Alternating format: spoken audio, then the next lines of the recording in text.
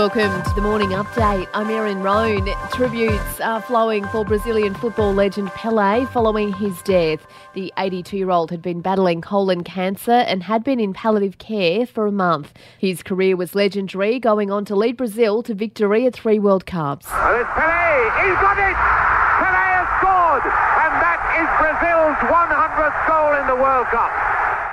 A revamped complaints hotline is set to be rolled out to stamp out bullying and abuse from all levels of sport. The line will go live late next month and will be available to anyone within the industry, including athletes, family members and coaches. Callers will be able to remain anonymous. We're being urged to take it easy on the booze as we ring in the new year. The Drug and Alcohol Foundation is reminding us of the safe drinking guidelines of no more than 4 standard drinks a day and no more than 10 in a week. The foundation's Dr. Erin Layla says pre-gaming is always a bad idea. If you're drinking, we recommend that you avoid pre-drinking as it can increase your risk of accidents and injuries, and avoid driving. So plan ahead how you're going to get home, like booking a taxi or organising a designated driver. Overseas, Russia has launched more than 100 missiles in an overnight blitz on Ukraine. Blasts were heard in several cities, including the capital, Kyiv, and the port of Odessa. Filmmaker Ustin Danchuk has told the BBC the missile attack was intense. Explosions and birds flying in the sky, and you're looking where is the source of this big explosion.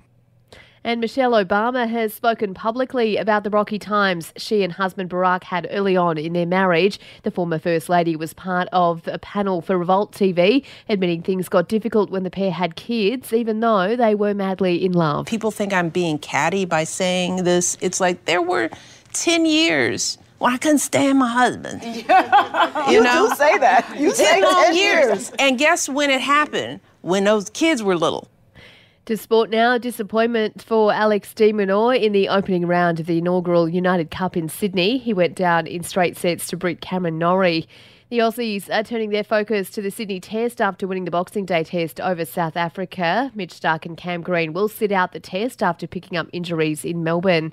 And in the men's Big Bash, the Perth Scorchers beat the Melbourne Stars while the Sydney Thunder took a win over the Brisbane Heat. And for even more sports news, make sure you check out the Sports Update. You'll find it wherever you're listening to this show. In entertainment news, Mariah Carey's ex-husband Nick Cannon has become a father again for a 12th time. He and model Alyssa Scott have welcomed a little girl they've named Halo Marie. It comes just 12 months after the death of their son Zen. And Avatar: The Way of Water could overtake Top Gun: Maverick as the year's highest grossing international release. It's just topped the $1.1 billion mark at the global box office, still $400 million short of the Tom Cruise flick though. And that's the latest from the Nova Podcasts team. We'll see you later on for another episode of The Update.